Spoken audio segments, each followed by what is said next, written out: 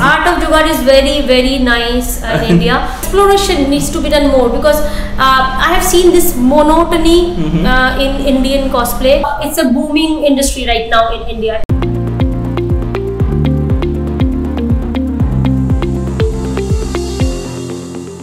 Hello guys, this is Rohit from Animehunch, and today I'll be interviewing Sonia Mallick, whose amazing cosplay of Shinigami Rem won the first prize at the second day of Mumbai Comic Con at the cosplay event in the VFX category. Prize winner, so obviously that's a great thing. So how do you feel about it? It's a very different feeling altogether because being a very traditional background of where I came from, like a very sculpture, painting, I have never think that being an sculptor, there is this kind of world is also there where you can actually make a sculpture and who can, you know, do a ramp show for you. It's a very different and very like a happy feeling for me. Okay, so almost like a live sculpture you would call it. Okay. Yes, yes. Okay, cool. So that cosplay, like if you see the cosplay, like if you see the guy walking around in that costume, you'll understand that it's a very complex thing. So how did you make it, kind of like what kind of efforts did you put in to make that kind of a costume? There is a different kind of, I can say, a mind management first I have to come with, because I am an artist who make cosplay costumes. So I personally don't do a cosplayer, like I come up with a character which I am converting myself and I'm working. My thought process first I select the character, that okay, this character I want to do. Like this year anime is the main focus for Comic Con, and I'm a big fan of Death Note, and all the Shinigamis, there are different Shinigamis are there, but I like Rem because Rem is the only one Shinigami. They are meant to be kind of death god, but that death god has love. So it's a very contradicting character, and that is the part which I like. But the first mind conflict which came up with, even on the Comic Con stage also, I said same thing, that my body type doesn't allow to be me to be that character, because it has to be very thin, lean. So first challenge which as a cosplayer artist came, that if you are making this character, is your body type suit for that character or not? Okay. And after deciding that, then you have to hunt for the right type of you can say model or body type who can be that character for you.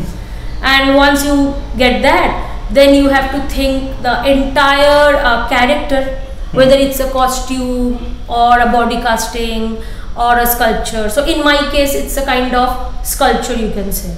It's not a armor which I can, like, he is not a warrior, because again when we are talking about armor and all, basically it's a human inside that, and it's a kind of clothing thing I can come up with.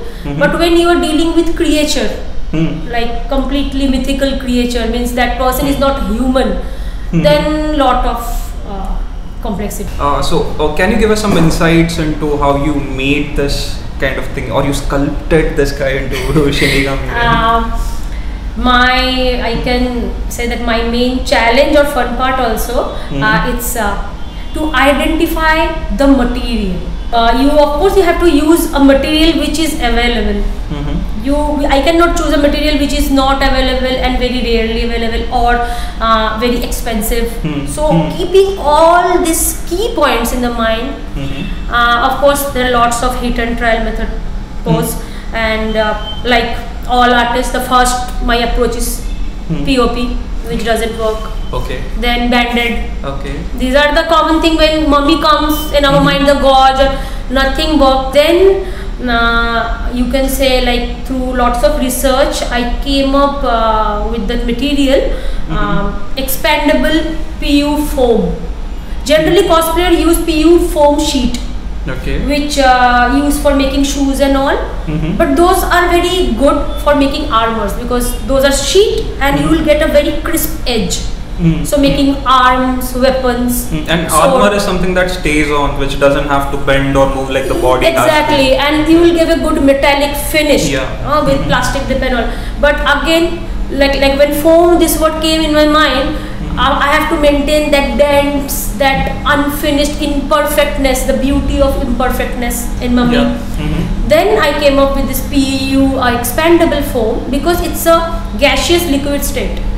When you spray with the force, it will trap lots of air bubble, and when it's set and you carve, that air bubble create a small kind of dent, which generally looks, when you look any osteoporosis infected patient, you can see there are lots of pores in the bone. It's a very yellowish in color, dirty. So that material, choosing a right material for a right character, this is a very challenging for me.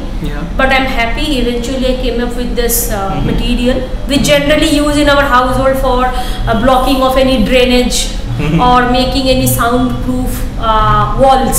So you really had to think outside the box to, you know, like forego all the normal materials and all that. No, you've been talking a lot about sculpting, about, you know, the art and all those kind of things, and you're also making cosplay costumes. So I actually want you to tell me your journey. As a creative person, my principle of life is whatever life teach you, just learn. And next, how you are using it is up to you. So like my bachelor's, I have bachelor's in sculpture, then master's in art restoration and conservation. That is nothing to do with what I am doing right now. Nothing. And as I told that initially I was working for Ministry of Culture as a restorer, conservator.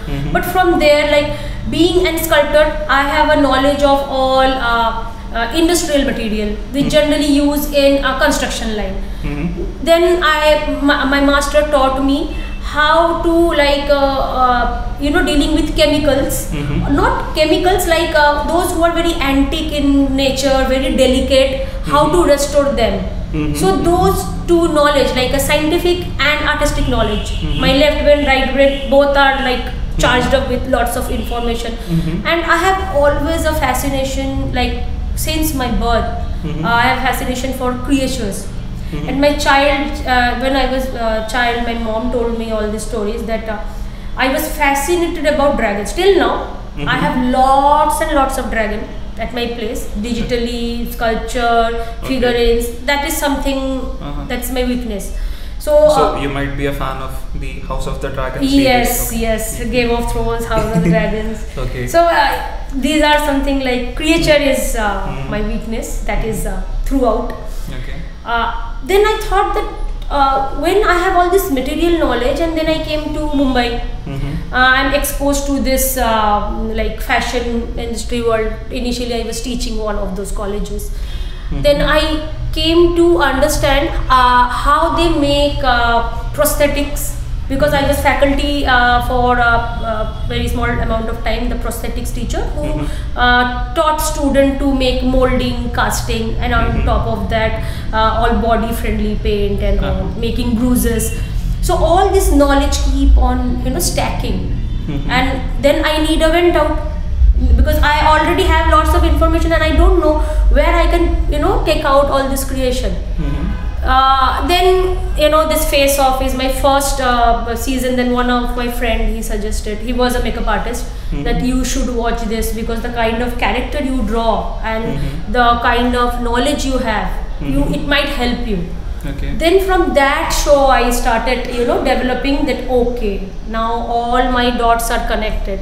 So my sculpture, my conservation knowledge, my you know, teaching knowledge all came together, and then I come up with this idea. Then why to make fantasy character only in virtual world? Let it be real. So this is from how. all that, like from sculpting to prosthetics and everything, and then finally creating characters on 3D models and everything, and from there you're like, okay, no, I just want to produce them in real life.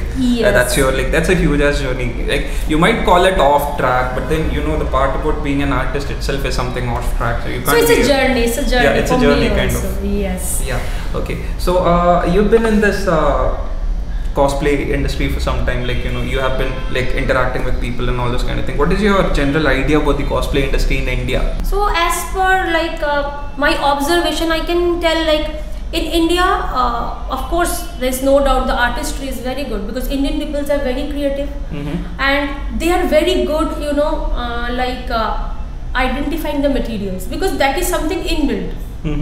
Like if something happened to like your place, if some problem came, maybe a leakage, or maybe the window is not closing properly, you suddenly came up with some kind of creative idea. Okay, let's tie it that way, then the wind. So this is already inbuilt in India. So this, or I have seen those kind of creativity in Indian market, in Comic Con. So basically the art of jugaad is what you're saying. Yes, art of jugaad is very, very nice in India. But the cons which I have seen, that they only experiment with armor. So if you tell them to go like beyond, out of the box, either they come up with mecha suits like Transformer, because that is also kind of armor. Or they are like coming with any kind of monster hunter, or this kind of character, like swords and equipments. So I feel that they should also like cosplay is for exploring things, so they should also come up with a different kind of character, which is very hard to handle. For example, why to always make serious character? Though I am also making that only, maybe I can come up with fluffy fish, which with Ariel it got. Just imagine a person is completely fluffy fish. There is no feet to walk. How can you make them walk?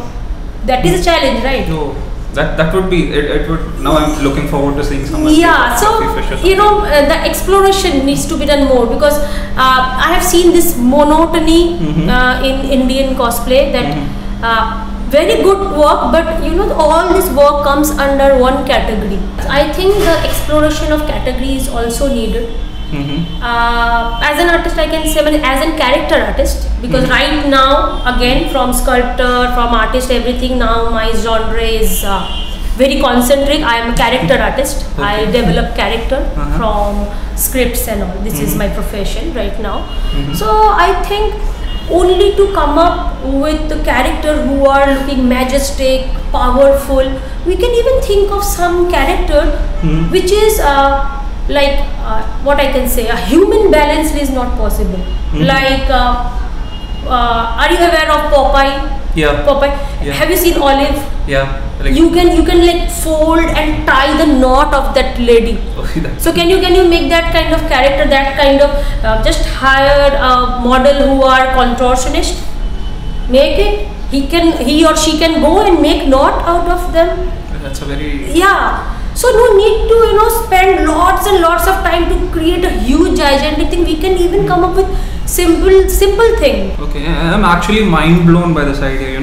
I don't think it ever occurred to me that a challenge, you could set yourself such kind of challenge. But since you obviously mentioned this, and since you are a fan of dragons, one day I definitely like to see you make a cosplay costume for Kaido from One Piece. That guy is an amazing, overpowerful dragon kind of a person, and I think a lot of One Piece fans, if they are watching this video, would also like to see you make you do that. So in future, someday, I guess, if that happens, then we can do about it. So talking about the competition itself, like taking part in the cosplay competition, do you have any interesting experiences to share from there? Interesting. I know I'm trapping you with this question, kind of.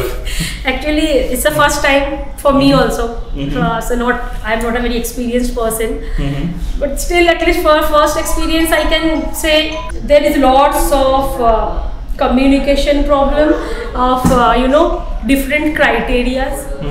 That when I started filling form for cosplay, at that time I was filled under ICC. There I went, the competition is going MCC, the time slot, lots of confusion. Okay. Yeah, that is something, if it's more streamlined, then it's helpful for those who are participating.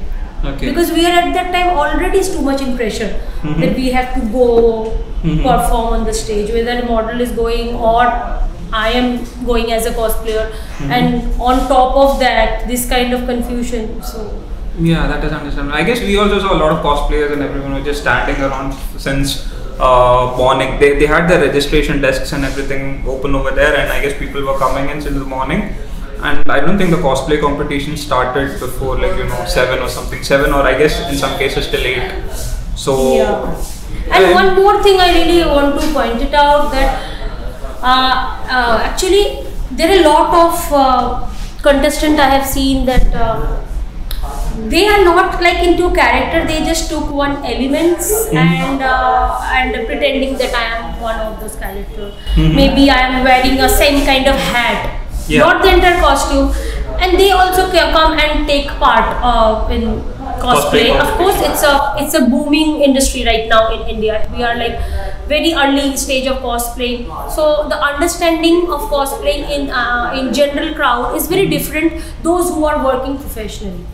So there is a huge gap. If you see, some contestant from other criteria and some contestant from there, you can see that difference.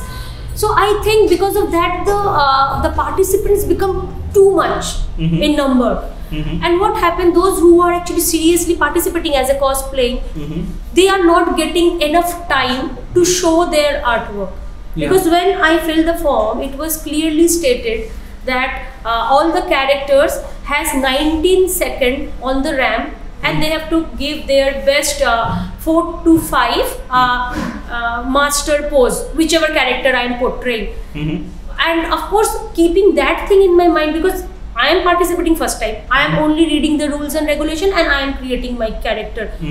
But when I actually went there, it's 4 or 5 contestants are standing there like a school. Only I'm telling my number, and this is my character. So I don't think this is a very justified for so long hours of working. That must have been a pain. So I think those who are like doing this, organizing this kind of event, they should keep in mind that at least give some time to the artist to showcase their work. That's it. Okay. So as an artist, like as a professional artist, I'd call you. Do you have any kind of an advice that you want to give to people who are aiming to, do something similar, like get into making stuffs, be it costumes or prosthetics or anything? You might have seen some rookie mistakes also. You might have seen and you were like, what are you doing? That is not something you're supposed to do, or any kind of experience or something. There is not any trick for that. The first thing I always said, like every artist is very different in their expression. So for me, I can say it, if anyone can relate to this thing. First, you should be very clear in your mind what you want to do. So before I started my work, I already visualize what my out product should look like.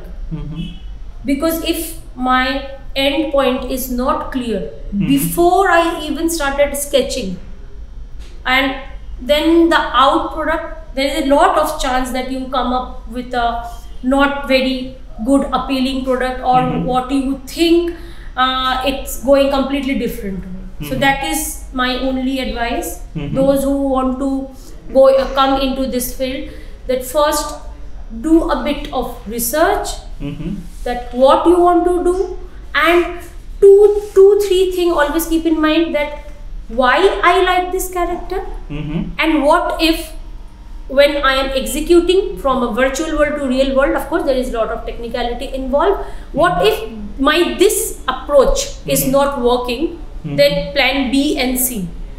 That thought process should be ready from a very starting stage. Don't wait till, okay, my one experiment is, it's failed. Now I again start, researching on the second experiment. Always prepare with 2-3 backup plans. This is a very important thing for a cosplayer to keep in mind. Okay, that's kind of a very good advice. Very simple, but also very like when you put into practice, it becomes something very important kind of.